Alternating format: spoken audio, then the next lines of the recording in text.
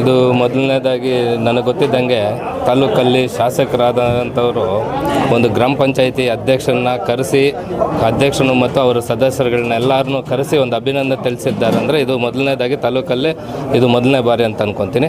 ಅವರಿಗೆ ತುಂಬ ಹೃದಯವಾಗಿ ಧನ್ಯವಾದಗಳನ್ನು ನನ್ನ ಕಡೆಯಿಂದ ಮತ್ತು ನಮ್ಮ ಸದಸ್ಯರ ಕಡೆಗಳಿಂದ ಅವರಿಗೆ ಹೇಳೋಕ್ಕೆ ಇಚ್ಛೆಪಡ್ತೀನಿ.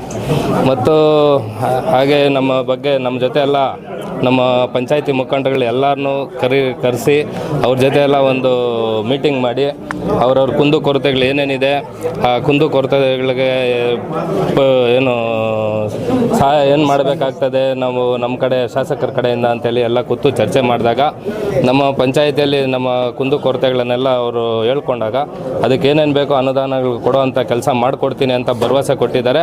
ಅದು ಶೀಘ್ರದಲ್ಲೇ ಏನು ನಮಗೆ 6 ತಿಂಗಳು ವರ್ಷ ಅಂತ ಹೇಳಲಿಲ್ಲ, ಶೀಘ್ರದಲ್ಲೇ 15-20 ದಿನ ತಿಂಗಳೊಳಗಡೆ ನಿಮ್ಗೆ ಅನುದಾನ ಬಿಡುಗಡೆ ಮಾಡಿಸ್ಕೊಡ್ತೀರಿ, ನಮ್ಮ ಕೈಲಾದಷ್ಟು ಸಹಾಯ ಮಾಡ್ತೀರಿ ಅಂತೇಳಿ ಭರವಸೆ ಕೊಟ್ಟಿದ್ದಾರೆ.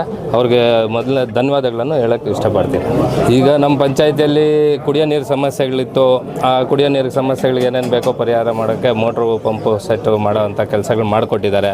ಮತ್ತು ರಸ್ತೆ ಕಾಮಗಾರಿಗಳು, ಚರಂಡಿ ಕಾಮಗಾರಿಗಳು ಸಮಸ್ಯೆ ಇತ್ತು. ಅದು ಇಮಿಡಿಯೇಟ್ ಇವತ್ತು ನಮ್ಮ ಪಂಚಾಯಿತಿಯಲ್ಲಿ ರೇಣುಕಮ್ಮನ ಕಾಲ ಪೀರಿಯಡಲ್ಲಿ ಹಿಂದೆ ಆಗಿರೋಂಥ ಕೆಲಸಗಳು ಕೂಡ ಇನ್ನೂ ಬಾಕಿ ಇದ್ದಾವೆ.